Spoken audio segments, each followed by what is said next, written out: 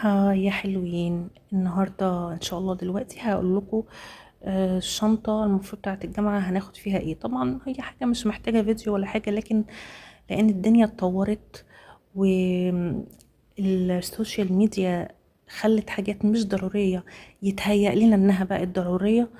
فخلينا نقول الحاجات اللي لو حابة تاخديها معاكي خديها، لكن في الحقيقة هي مش essentials قوي، لكن يعني عارفة هتسهل الدنيا عليكي.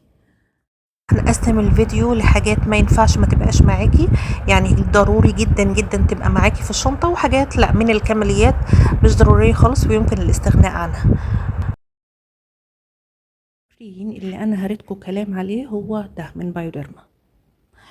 خلاص انا يعني خلاص تقريبا خلصت اكتر من نصه، وان شاء الله هو اهميه السان سكرين مش بس ان هو يحمي من الشمس، كمان في فتره الشتاء لان الشمس ما بتبقاش حاميه قوي، ف فبنستغلها في تفتيح البشره.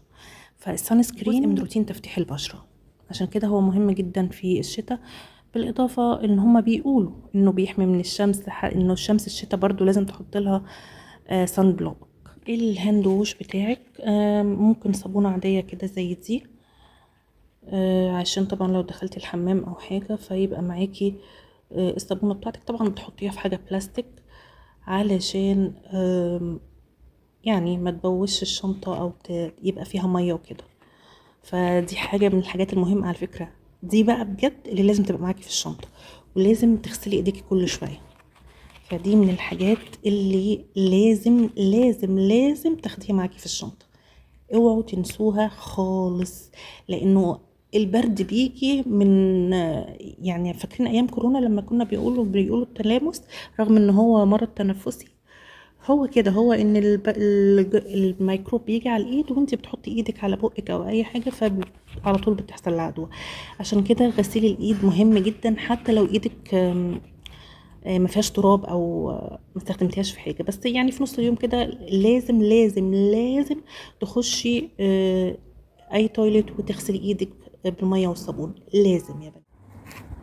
كمان المناديل مهمه، ودي من الحاجات الأساسية اللي أنا أقدر فعلا أقول عليها أساسية، اللي هي مناديل الجيب دي أي نوع مش مشكلة. استخداماتها بقى لا تعد ولا تحصى. احنا طبعا لسه غاسلين ايدينا بالصابونة من شوية، فأكيد هنحتاج ننشف ايدينا.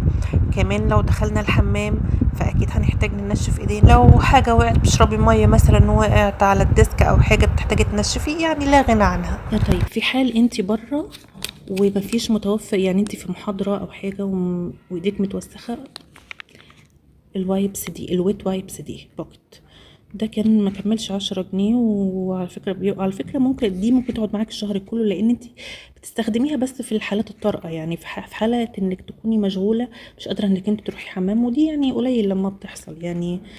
ف برضو من الحاجات اللي هتسعفك جدا جدا جدا جدا هو المناديل المبللة دي، وصدقيني هتكفيك الشهر كله، ودي من الحاجات اللي كويسة يعني.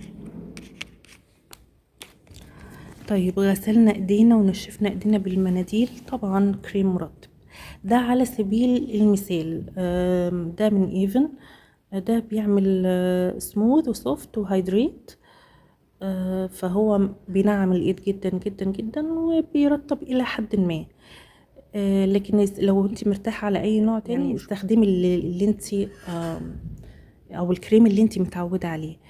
وهنتهز فرصه اني بطلع ايفون وافكركم بجروب بيع المنتجات التجميل وايفون وغيرها، بسيب لكم اللينك في الديسكريبشن بوكس. اوكي.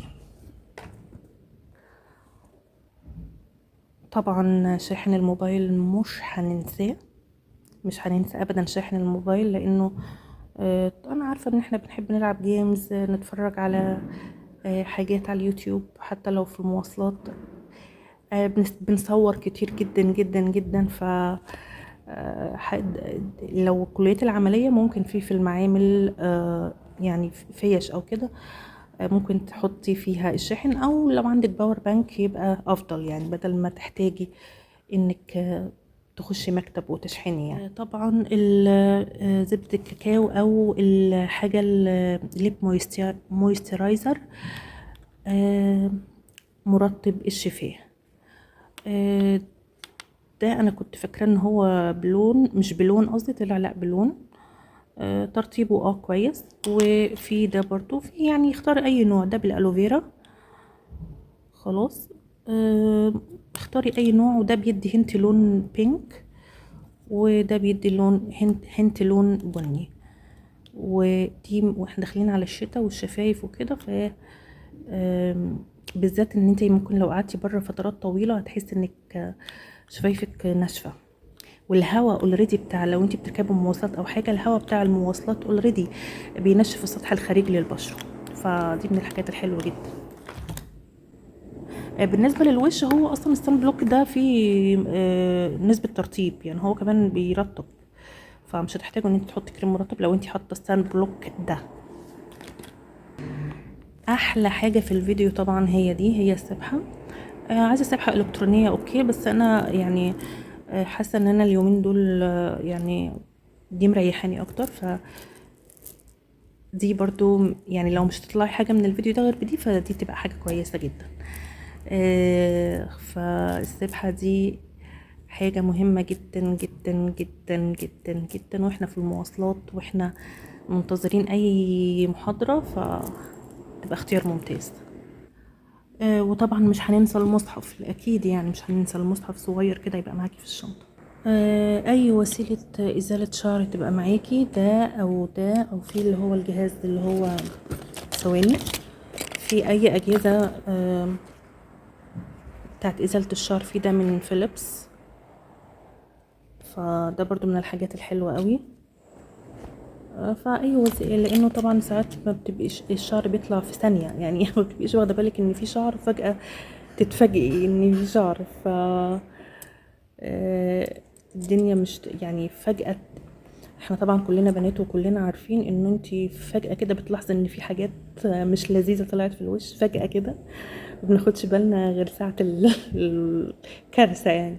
فأي حاجة، أي وسيلة متوفرة معاكي هتقضي الغرض اوكي. لو عايزة جهاز صغير زي اللي هو من ده فيليبس ماشي، عايزه ملقط ماشي، لو انت متعوده تعملي شفرات ماشي.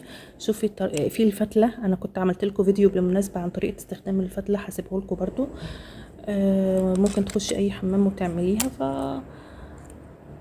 وسائل كتيرة يعني مفاتيحك ومحفظتك وفلوسك طبعا والموبايل بتاعك، دي من الحاجات يعني اللي اكيد مش محتاجة ان انا انبه عليها. هو ده فيديو بتاع النهاردة، ان شاء الله يكون عجبكم، واشوفكم في فيديو جديد. باي باي.